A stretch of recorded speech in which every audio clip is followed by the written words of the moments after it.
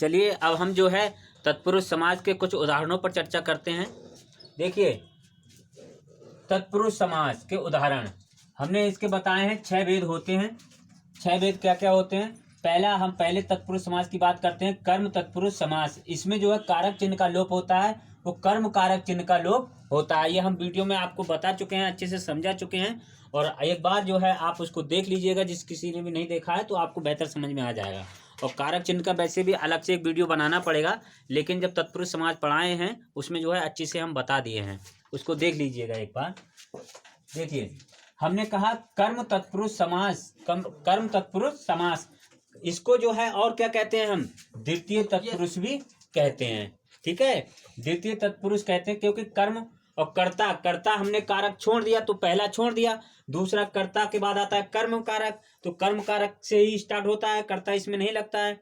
तो जब दूसरा स्टार्ट हुआ कर्म कारक, तो इसीलिए इसको द्वितीय तत्पुरुष कहते हैं। ठीक है, तो अब देखिए हम इसको करते हैं आगे।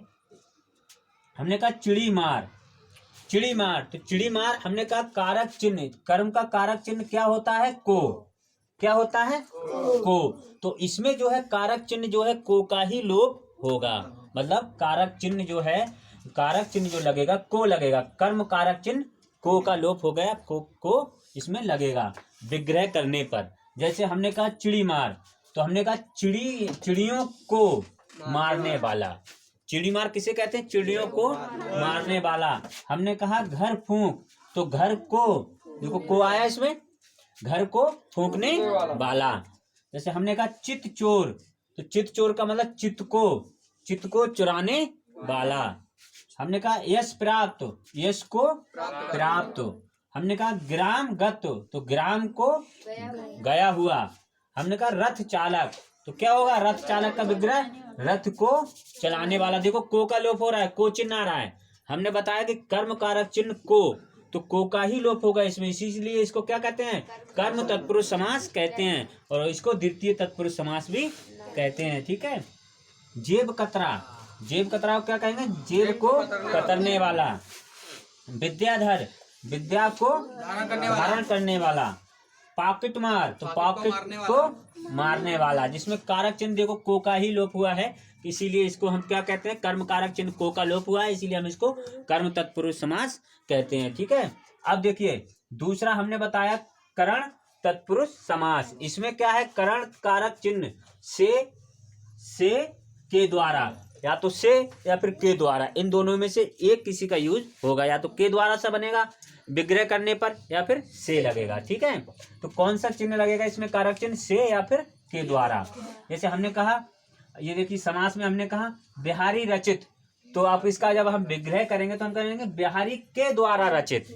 बिहारी को रचित नहीं बोल सकते हम, को कहीं बन रहा है शब्द, भाई कोई रचना रची है उन्होंने, तो हम यही तो बोलेंगे बिहारी के द्वारा रचित।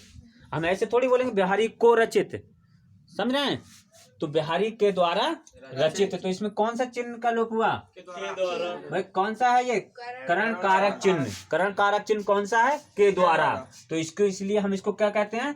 करण तत्पुरुष समास। और ये तीसरे नंबर का है करण तत्पुरुष समास, इसीलिए हम इसको क्या कहते हैं? तृतीय तत्पुरुष समास भी इसको कहते हैं, क्योंकि ये तीसरे नंबर पे आता है करण, कर्ता कर्म फिर करण आता है। ठीक, कारक चिन्ह आप बाद में जब बताएंगे, अच्छे से समझाएंगे उसको, अलग से वीडियो बनाएंगे उसका, तो आप बेहतर समझ पाएंगे। चलिए आगे देखते हैं। हमने कहा गुण युक्त, गुण युक्त का क्या हुआ? गुण से युक्त। भाई हमने कहा इसमें तो या तो से लगेगा या फिर के द्वारा आएगा। ठीक है, तो गुण से युक्त। प्रकृति दत्त, प्रकृति से दत्त। आंखों देखा, हमने कहा आंखों के द्वारा देखा। हम कहते हैं ना कि मेरे आंखों देखा है, ये मैंने खुद अपनी आंखों के द्वारा देखा है, मैं गवाही दूंगा मैंने अपने आंखों से देखा है, तो आंखों के द्वारा देखा। मुंह मांगा है, मुंह मांगा, मुंह से मांगा, दहेज मुंह से मांगते हैं ना लोग, मुंह मांगा। बंधन मुक्त, बंधन से मुक्त, बंधन से मुक्त। विद्याहीन, तो विद्या से हीन। अकाल पीड़ित, अकाल से पीड़ित, लोग अकाल से पीड़ित हैं। ठीक है, तुलसी कृत, तो तुलसी के द्वारा कृत, तुलसी के द्वारा कृत। हमने कहा हैदराबाद, तो हैदर के द्वारा बाद, हैदर के द्वारा बाद। हमने कहा सिकंदराबाद, तो सिकंदर के द्वारा बाद। ठीक, चलिए इसको नोट करिए और अभी आगे और बताते हैं। अब देखिए हम इनको देखते हैं। संप्रदान तत्पुरुष समास। संप्रदान तत्पुरुष समास की बात करते हैं। हमने कहा संप्रदान कारक चिन्ह के लिए का लोप इसमें होता है। ठीक है, और इसको हम कौन सा बोलते हैं? चतुर्थी तत्पुरुष या चतुर्थ तत्पुरुष समास भी इसको कहते हैं। ठीक है, क्योंकि संप्रदान कारक जो है, कारक चिन्ह, ये संप्रदान चौथे नंबर पे आता है, इसलिए इसको क्या कहते हैं? चतुर्थी तत्पुरुष। ठीक, अब देखिए समास और विग्रह। हमने कहा भूत बलि, तो भूत बलि, तो भूत के लिए बलि। जैसे आराम कुर्सी, तो आराम के लिए कुर्सी। भाई कारक चिन्ह किसका लोप हो रहा है इसमें? के लिए का हो रहा है या नहीं हो रहा है? जैसे भंडार घर, तो भंडार के लिए घर। जैसे महंगाई भत्ता, महंगाई के लिए भत्ता। मार्ग व्यय, तो मार्ग के लिए व्यय। पशुशाला, धन होता है, धन से संबंध है। मार्ग के लिए व्यय, खर्चा करेंगे ना, कहाँ से खर्च करेंगे? धन नहीं होगा तो। पशुशाला, पशुओं के लिए शाला। ठीक है, यज्ञशाला, यज्ञ के लिए शाला। ठीक है, डाक गाड़ी, तो डाक के लिए गाड़ी। परीक्षा भवन, तो परीक्षा के लिए भवन। माल गोदाम, तो माल के लिए गोदाम। न्यायालय, तो न्याय के लिए आलय। ठीक, ये तो हमारा हो गया संप्रदान तत्पुरुष समास। ठीक है, अब हम देखते हैं अपादान तत्पुरुष समास। अपादान कारक चिन्ह का लोप होता है इसमें। किसका? से। जो से का लोप होगा, लेकिन क्या होगा? अलग होना। यहाँ पर क्या, हम जब विग्रह करेंगे तो हमको ये देखेंगे विग्रह करते समय कि वहां से वो चीज अलग हो रही है। जैसे हमने एग्जाम्पल दिया था आपको, जैसे देश निकाला, तो देश से निकाल देना, भाई देश से अलग हो जाना। देश से निकाल देना, तो देश निकाला अलग हो। जैसे पेड़ से पत्ता गिरना, तो वहां से पेड़ से पत्ता अलग हो गया, तो क्या हो गया? ये कौन सा हो गया? अपादान।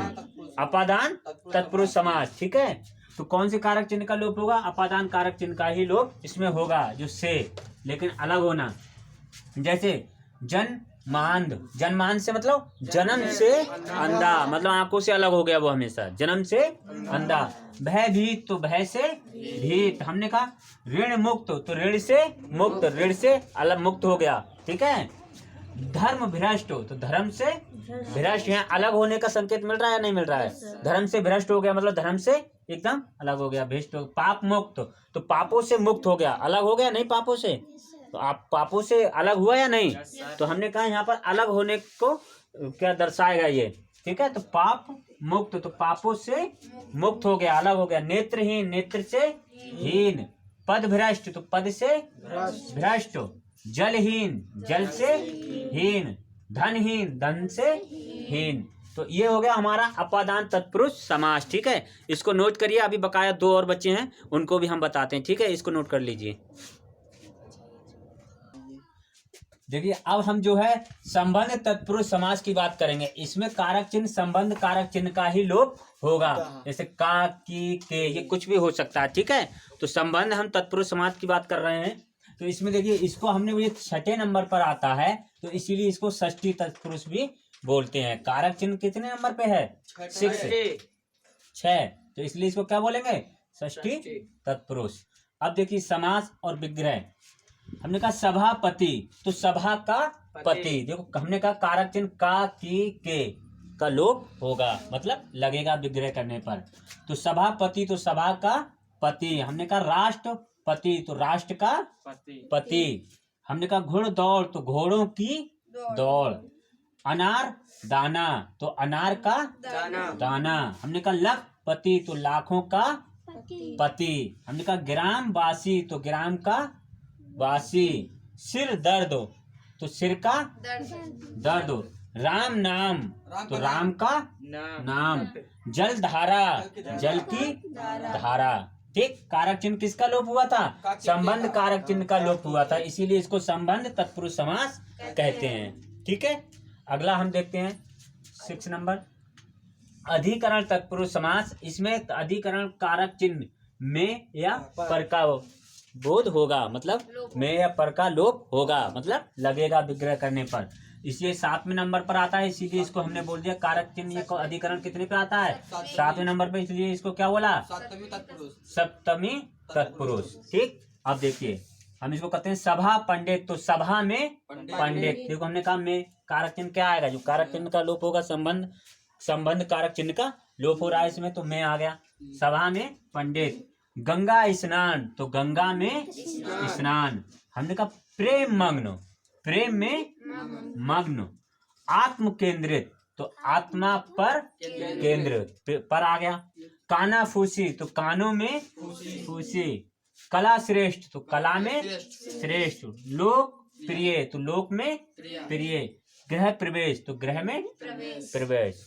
अब आप लोग, मुझे लगता है आई होप अच्छी तरह समझ गए होंगे, तत्पुरुष समास के उदाहरणों को मैंने बता दिया है। चलिए अब आगे जो है और बचे कर्मधारक, द्विगु समास और जो है बहुब्रीहि समास, तो इनके बारे में हम बाद में जो है अब आपको बताएंगे। आज इतना ही काफ़ी, नहीं तो वीडियो बहुत लंबा हो जाएगा, बहुत बड़ा हो जाएगा। चलिए ठीक है, चलिए जय हिंद।